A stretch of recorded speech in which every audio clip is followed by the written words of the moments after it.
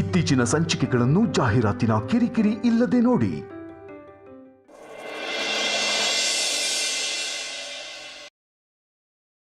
ವೇದಾಂತ್, ಅದೇನಾಯ್ತು ಅಂದರೆ ನಿನಗೆ ತುಂಬ ಹುಷಾರಿರಲಿಲ್ಲ. ಮಾಡೋ ಪ್ರಯತ್ನ ಎಲ್ಲ ಮಾಡಿದ್ವಿ, ಆಮೇಲೆ ದೇವ್ರಿಗೆ ಮರೆ ಹೋದ್ವಿ. ನಾನು ನಿಮ್ಮಪ್ಪ ನಿನಗೆ ಹರಿಸ್ಕೊಂಡ್ವಿ. ನಿನ್ನ ಹೊತ್ಕೊಂಡು ನಿಂಗೆ ಜ್ವರ ಕಡಿಮೆ ಆದರೆ ಕೊಂಡ ಹಾಯ್ತೀವಿ ಅಂತ ಹರಕೆ ಹೊತ್ಕೊಂಡ್ವಿ. ಕೇಳ್ಕೊಂಡು 1 ವಾರದೊಳಗಡೆನೆ ನಿನಗೆ ಜ್ವರ ಕಡಿಮೆ ಆಯಿತು. ಜ್ವರ ಕಡಿಮೆ ಆದಮೇಲೆ ನಿನ್ನನ್ನು ಎತ್ಕೊಂಡು ಹರಕೆ ತೀರಿಸಿದ್ವಿ. ಇದು ಲೋಕಲ್ ಪೇಪರಲ್ಲಿ ಸುದ್ದಿನೂ ಆಯಿತು. ಈ ವಿಷಯ ಇವಳಿಗೆ ಹೇಗೆ ಗೊತ್ತಾಯ್ತು?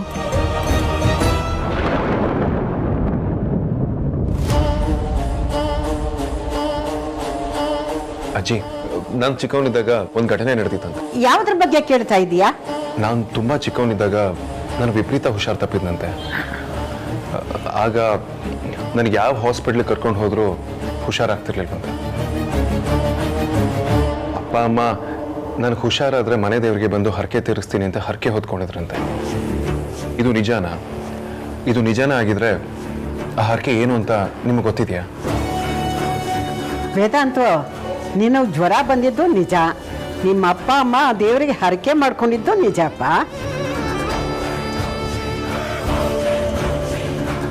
ಆದರೆ ಈ ವಿಷಯ ನಿನಗೆ ಹೇಗೆ ಗೊತ್ತಾಯ್ತು? ಆಗ ನೀನು ಸಣ್ಣ ಮಗು ಅಲ್ವಾ? ಅಜ್ಜಿ, ಇವತ್ತು ನನಗೊಂದು ಲೆಟರ್ ಬರೆದು ಆಫೀಸಿಗೆ ಕಳಿಸಿದ್ರು. ಯಾರು ಏನು ಅಂತ ಗೊತ್ತಿಲ್ಲ. ಲೆಟರಲ್ಲಿ ಮನೆಗೆ ಬಂದಿರೋ ವೈದೇಹಿ ಅಮ್ಮ ನಮ್ಮ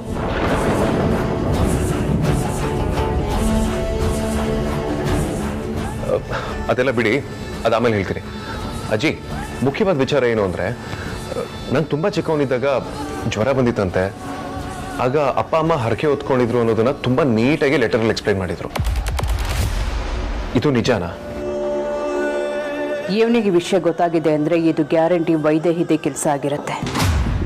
ಅವಳಲ್ಲದೆ ಬೇರೆ ಯಾರೂ ಈ ಕೆಲಸ ಮಾಡೋಕ್ಕೆ ಸಾಧ್ಯ ಇಲ್ಲ. ಇವನು ಅಮ್ಮನ ಹತ್ರ ಕೇಳ್ದ ಹಾಗೆ ಚಂದ್ರನ ಹತ್ರನೂ ಕೇಳ್ಬೋದು. ಯಾವುದಕ್ಕೂ ಹುಷಾರಾಗಿರ್ಬೇಕು. ಚಂದ್ರ, ಚಂದ್ರ. ಹಾ ಸುಹಾಸಿನಿ. ದೊಡ್ಡ ಎನಿ ಮೂಮೆಂಟ್ ಇಲ್ಲಿಗೆ ವೇದಾಂತ್ ಬರ್ಬೋದು. ಯಾಕೆ? ಚಿಕ್ಕ ವಯಸ್ಸಿನಲ್ಲಿ ಒಂದು ಇನ್ಸಿಡೆಂಟ್ ಆಗಿತ್ತು. ಅದ್ರ ಬಗ್ಗೆ ತಿಳ್ಕೊಳ್ಳೋಕೆ ಇಲ್ಲಿಗೆ ಬರ್ತಾನೆ ಅಂತ ನನಗೆ ಅನ್ನಿಸ್ತಿದೆ. ನಂಗೆ ಆ ವಿಚಾರದ ಬಗ್ಗೆ ಏನೂ ಗೊತ್ತಿಲ್ವೇ? ಅದನ್ನ ಹೇಳಕ್ಕೆ ತಾನೇ ನಾನು ಬಂದಿರೋದು.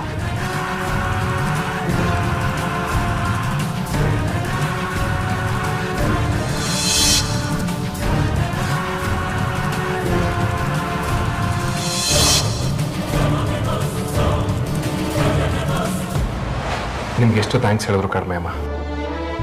ನಿಮ್ಮಂಥ ಅಪ್ಪ ಅಮ್ಮನ ಪಡೆಯೋದಕ್ಕೆ ನಾನು ನಿಜವಾಗ್ಲೂ ಪುಣ್ಯ ಮಾಡಿದ್ದೆ. ನಾನು ಕಷ್ಟಪಟ್ಟು ಬದುಕಿಸ್ಕೊಂಡ್ರಿ. ಸುಹಾಸಿನಿ ಅಮ್ಮ ನನ್ನನ್ನು ಕಷ್ಟಪಟ್ಟು ಸಾಕಿದ್ರು. ನೀವಿಬ್ಬರು ಪಡೆಯೋದಕ್ಕೆ ನಾನು ನಿಜವಾಗ್ಲೂ ಪುಣ್ಯ ಮಾಡಿದ್ದೆ. I feel very lucky.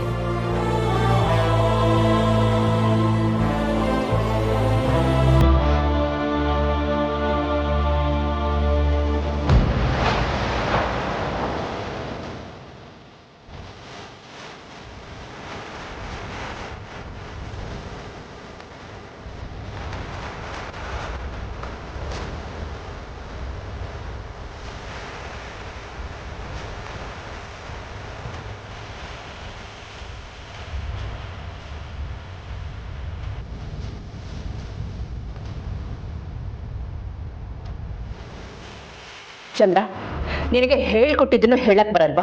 ಅಷ್ಟು ಬೇಗ ಎಲ್ಲ ಮರ್ತು ಹೋಗುತ್ತಾ? ಗಾಬರಿನಲ್ಲಿ ಏನು ಮಾಡಬೇಕು ಅಂತಾನೆ ಗೊತ್ತಾಗ್ಲಿಲ್ಲ ಸುಹಾಸಿನಿ.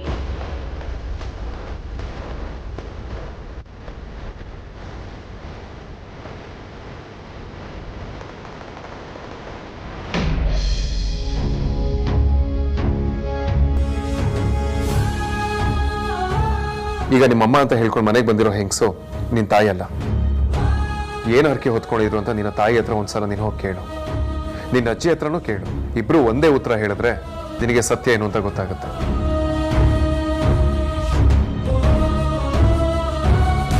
ಯಾಕೆ ವೇದಾಂತ್, ಏನಾಯ್ತು? ನಿದ್ದೆ ಬರ್ತಾ ಇಲ್ವಾ? ಏನೂ ಇಲ್ಲ ಬಚಾರಿ. ನಮ್ಮ ಅಪ್ಪ ಅಮ್ಮ ನಮ್ಮನ್ನು ಬೆಳೆಸೋದಕ್ಕೆ ಎಷ್ಟು ಕಷ್ಟಪಟ್ಟಿರ್ತಾರೆ, ಎಷ್ಟು ಸ್ಯಾಕ್ರಿಫೈಸ್ ಮಾಡಿರ್ತಾರೆ ಅಂತ ಯೋಚನೆ ಮಾಡ್ತಿದ್ದೆ.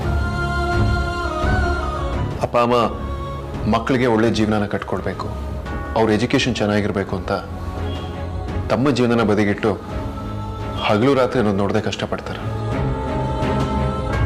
ಆದರೆ ಕೆಲವರು ದೊಡ್ಡವರಾದ್ಮೇಲೆ ತುಂಬಾನೇ ಕ್ಯಾಲ್ಕುಲೇಟಿವ್ ಆಗ್ತಾರೆ. ಅಪ್ಪ ಅಮ್ಮನೇ ಮರೆತು ಹೋಗ್ತಾರೆ. ಯಾವುದೋ ಅನಾಮಧೇಯ ಲೆಟರ್ ನಂಬ್ಕೊಂಡು ಅಮ್ಮನ ಮೇಲೆ ಡೌಟ್ ಪಟ್ನಲ್ಲ, ಅದು ತುಂಬಾ ಬೇಜಾರಾಗ್ತಿದೆ. ಸಮಾಧಾನ ಮಾಡ್ಕೋ ವೇದಾಂತ್. ಕೆಲವೊಂದ್ಸಲ ಈ ಥರ ಎಲ್ಲ ಆಗುತ್ತೆ, ಆದರೆ ಅದನ್ನು ಮನಸ್ಸಿಗೆ ಹಚ್ಕೋಬಾರ್ದು. ಯಾರೋ ಏನೋ ಹೇಳಿದ್ರು ಅಂತ ಅದಕ್ಕೆ ಕಿವಿನೂ ಕೊಡಬಾರ್ದು. ನಮ್ಮ ತಂದೆ ತಾಯಿ ಏನು ಅಂತ ನಮಗೆ ಗೊತ್ತಿದ್ರೆ ಅಷ್ಟೇ ಸಾಕು.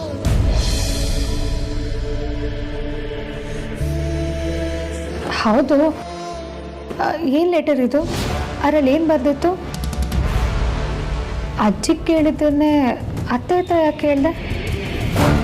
ಬಜಾರಿ ಲೆಟರ್ನಾಗ ಯಾರು ಬರ್ತಿದ್ದಾರೆ, ಎಲ್ಲಿಂದ ಬರ್ತಿದ್ದಾರೆ, ಯಾಕೆ ಬರ್ತಿದ್ದಾರೆ, ಅವ್ರ ಉದ್ದೇಶ ಏನು, ಏನೂ ಗೊತ್ತಿಲ್ಲ. ಆಫೀಸಲ್ಲಿದ್ದಾಗ ಲೆಟರ್ ಬಂತು. ನಾನು ಆಗಲೇ ಹೇಳಿದಾಗೆ ಚಿಕ್ಕ ವಯಸ್ಸು ನನಗೆ ಹುಷಾರಿಲ್ಲದೆ ಇದ್ದಾಗ ನನ್ನ ತಂದೆ ತಾಯಿ ಹರಕೆ ಹೊತ್ತು ತುಂಬಾ ಕಷ್ಟಪಟ್ಟು ನನ್ನ ಬದುಕಿಸ್ಕೊಂಡಿದ್ದಾರೆ. ಇದೆಲ್ಲ ನಿಮ್ಮ ಅಜ್ಜಿಗೆ ಚೆನ್ನಾಗಿ ಗೊತ್ತಿದೆ, ಅವರು ಬೇಕಾದರೆ ಕೇಳು ಅಂತ ಬರ್ತಿದೆ.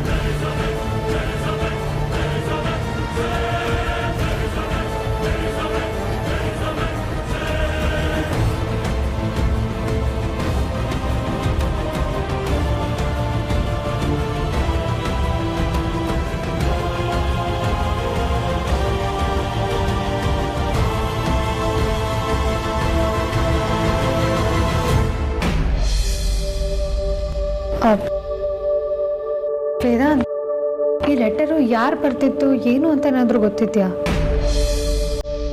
ಗೊತ್ತಿಲ್ಲ ಪಚಾರಿ, ಆದರೆ ಅವರಿಗೆ ನನ್ನ ಪಾಸ್ಟ್, ನನ್ನ ಫ್ಯಾಮಿಲಿ ಬಗ್ಗೆ ತುಂಬಾನೇ ಚೆನ್ನಾಗಿ ಗೊತ್ತಿದೆ ಅನ್ಸುತ್ತೆ.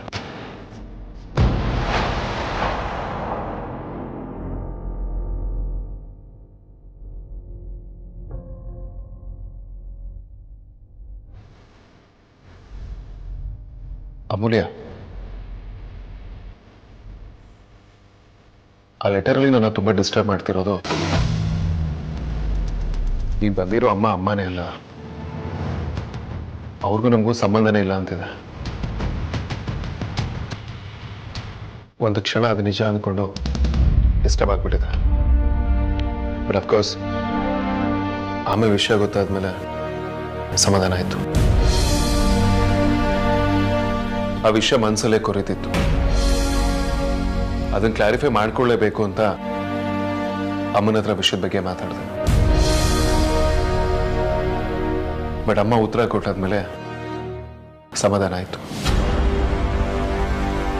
ಬಟ್ ಅಮೂಲ್ಯ, ಯಾವುದೋ ಅನಾಮಧೇಯ ಪತ್ರ ನಂಬ್ಕೊಂಡು ಅಮ್ಮನ ಪರೀಕ್ಷೆ ಮಾಡೋದ್ನಲ್ಲ ಅಂತ ತುಂಬ ಬೇಜಾರಾಗ್ತದೆ. ಇಲ್ಲ ವೇದಾಂತ್, ನಿನ್ನ ಜಾಗದಲ್ಲಿ ಬೇರೆ ಯಾರಿದ್ದಿದ್ರು ಇದೇ ಥರ ಮಾಡ್ತಿದ್ರು.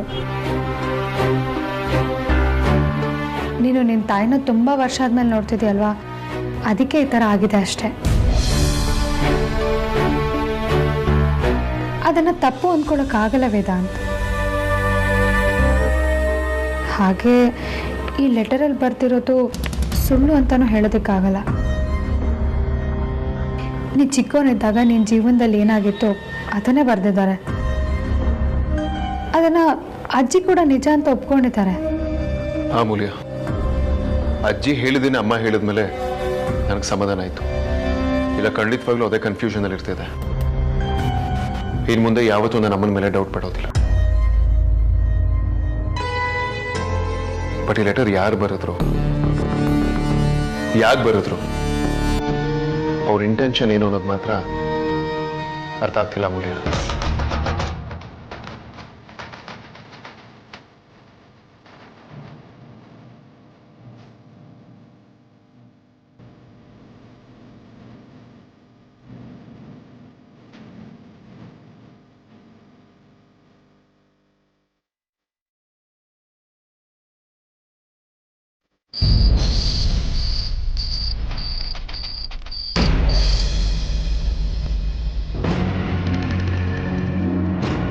ನಿನಗೇನಾದರೂ ಬೇಕಿತ್ತಾ ಸುಹಾಸಿನಿ? ಬೇಕು ಅನ್ನೋದನ್ನ ನಿನ್ನ ಕೈಯಿಂದ ಕೊಡೋಕ್ಕಾಗತ್ತಾ? ನನ್ನ ಕೈಲಿ ಸಾಧ್ಯ ಆಗೋದಾದರೆ ಖಂಡಿತ ಕೊಡ್ತೀನಿ.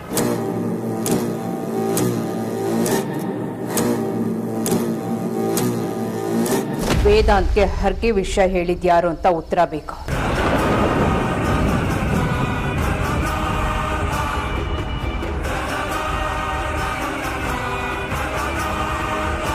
ಯಾಕೆ ಶಾಕ್ ಆಯ್ತಾ?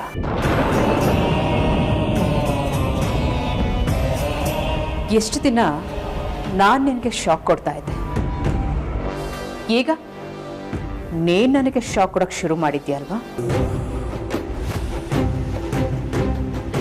ನೋಡು, ಈ ಪ್ರಪಂಚದಲ್ಲಿ ಯಾರನ್ನು ಬೇಕಾದರೂ ಎದುರು ಹಾಕೊಂಡು ಬದುಕ್ಬೋದು, ಈ ಸುಹಾಸಿನಿನಲ್ಲ.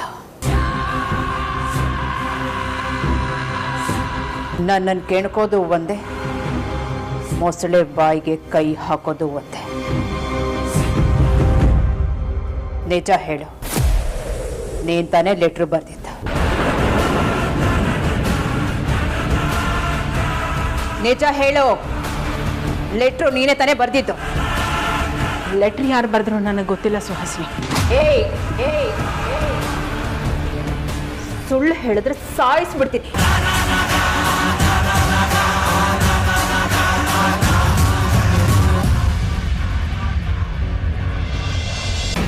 ಈ ವಿಷಯ ನಿನಗಲ್ದೆ ಬೇರೆ ಯಾರಿಗೂ ಗೊತ್ತಿರಕ್ ಸಾಧ್ಯನೇ ಇಲ್ಲ. ನೀನು ಆ ಚಂದ್ರನ ಸಿಕ್ಕಾಕ್ಸ್ಬೇಕು ಅಂತ ತಾನೆ ಲೆಟ್ರು ಬರ್ದಿದ್ದ?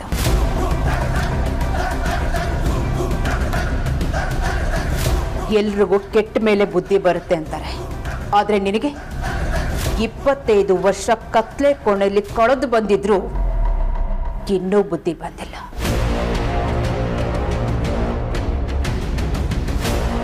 ನಾನು ನಿನ್ನನ್ನು ಬದುಕಿಸ್ಬೇಕು ಅಂತ ಪ್ರಯತ್ನ ಪಡ್ತಿದ್ರೆ ನೀನೇ ಬೇಗ ಸಾಯ್ಬೇಕು ಅಂತ ಆಸೆ ಪಡ್ತಿದ್ಯಾ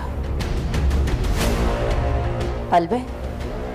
ನಿನ್ನ ಮಗ ಧ್ರುವನ್ ಪರಿಸ್ಥಿತಿ ನೋಡಿದ ಮೇಲೂ ನಿನಗೆ ಬುದ್ಧಿ ಬಂದಿಲ್ಲ ಅಂದ್ರೆ ನನಗೇನು ಹೇಳಬೇಕು ಅಂತ ಗೊತ್ತಾಗ್ತಿಲ್ಲ. ಆ ಅಗ್ನಿನ ಸಾಮಾನ್ಯದವನು ಅಂತ ಅನ್ಕೋಬೇಡ. ಹೆಂಗಸರು ಗಂಡಸರು ಯಾರನ್ನೂ ನೋಡಲ್ಲ, ಹಾಗೆ ಬೇಟೆ ಆಡೋದ್ರಲ್ಲಿ ನಿಸ್ಸೀಮ ಅವನು. ನೋಡು, ಈ ಲೆಟ್ರು ನೀನೇ ಬರ್ದಿದ್ಯಾ ಅಂತ ಏನಾದ್ರೂ ಗೊತ್ತಾದ್ರೆ ನಿನ್ನ ಕತೆ ಮುಗೀತು ಅಂತಾನೆ ಅನ್ಕೋ. ಇದೇ ನಾನು ಇಟ್ಕೊಡ್ತಾ ಇರೋ ಲಾಸ್ಟ್ ವಾರ್ನಿಂಗ್ ಅನ್ಕೋ. ಇದೇ ರೀತಿ ಏನಾದ್ರೂ ರಿಪೀಟ್ ಆದ್ರೆ ವೈದೇಹಿ, ಮುಂದಾಗೋ ಅನಾಹುತಕ್ಕೆ ನೀನೇ ಜವಾಬ್ದಾರಿ.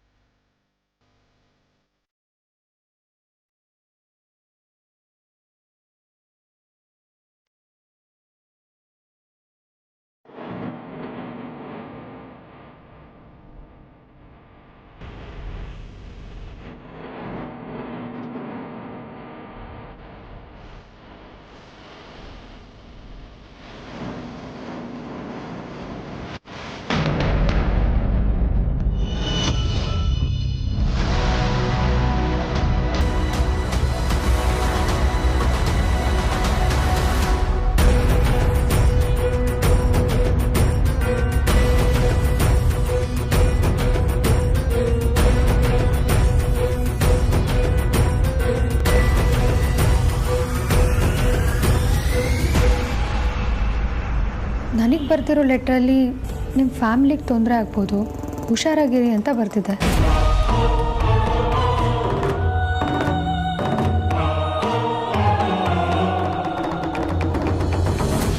ವೇದಾಂತಕ್ಕೆ ಬರ್ತಿರೋ ಲೆಟ್ರಲ್ಲಿ ನಿಮ್ಮ ಮನೆಗೆ ಬಂದಿರೋದು ನಿಮ್ಮ ಅಮ್ಮ ಅಲ್ಲ ಅಂತ ಬರ್ತಿದ್ದಾರೆ.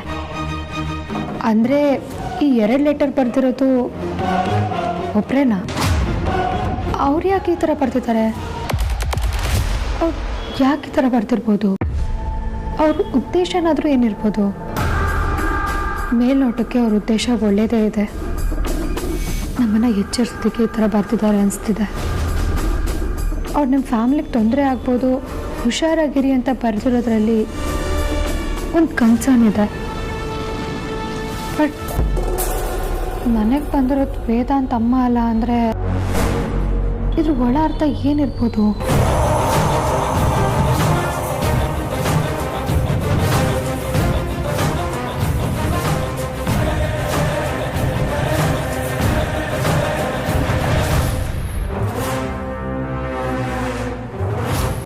ಹಾಗಾದರೆ ನಿಜವಾಗ್ಲೂ ಅವ್ರು ವೇದಾಂತ್ ಅಮ್ಮ ಅಲ್ವಾ? ನೀನು ಪಟಾಕಿ ತಗೊಳಕ್ ಮುಂಚೆ ನನ್ನನ್ನು ಒಂದು ಮಾತು ಕೇಳಿದ್ರೆ ವೇದಾಂತ್ಗೆ ಪಟಾಕಿ ಆಗಲ್ಲ, ತಗೊಂಬರ್ಬೇಡ ಅಂತ ಹೇಳ್ತಿದ್ದೆ. ನೀನು ಪಟಾಕಿ ತಗೊಂಡು ಬಂದು ತಪ್ಪು ಮಾಡಿದೆ ಚಂದ್ರ. ಇನ್ನೊಂದ್ಸಲ ಈ ಥರ ತಪ್ಪುಗಳನ್ನ ಮಾಡಕ್ ಮೊದಲು ನನ್ನನ್ನು ಒಂದು ಮಾತು ಕೇಳು ಚಂದ್ರ. ನೀನು ಚಂದ್ರ ಅನ್ನೋರು ನಮ್ಮ ಮನೇಲಿ ಯಾರೂ ಇಲ್ವಲ್ಲ, ಇವ್ರು ಯಾರಿಗೆ ಚಂದ್ರ ಅಂತಿದ್ದಾರೆ? ನೀನಾಗೆ ಯಾವ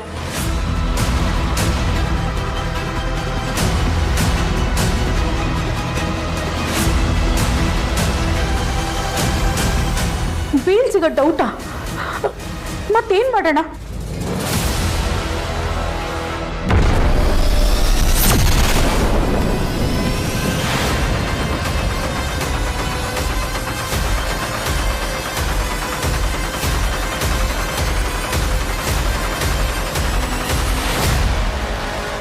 ಅವ್ರು ಯಾರಿಗೂ ಬೇಲ್ ಸಿಕ್ಕಿಲ್ಲ ಅಂದರೆ ಇವ್ರ್ಯಾಕೆ ಇಷ್ಟೊಂದು ಟೆನ್ಷನ್ ಮಾಡ್ಕೊಂಡಿದ್ರು? ಇವ್ರಿಗೂ ಜೈಲಲ್ಲಿ ಇರೋರ್ಗೂ ಏನು ಸಂಬಂಧ ಇರ್ಬೋದು? ಅದೇ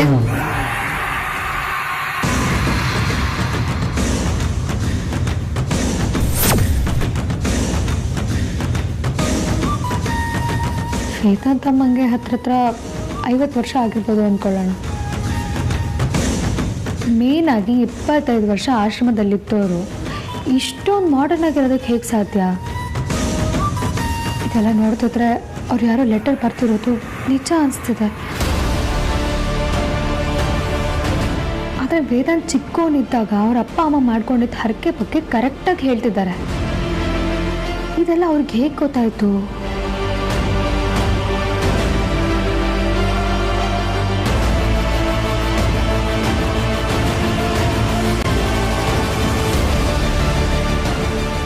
ಅವ್ರೇನಾದರೂ ವೇದಾಂತ್ ತಾಯಿ ಆಗಿದ್ರೆ ಮಾತ್ರ ಗೊತ್ತಿರೋದಕ್ಕೆ ಸಾಧ್ಯ.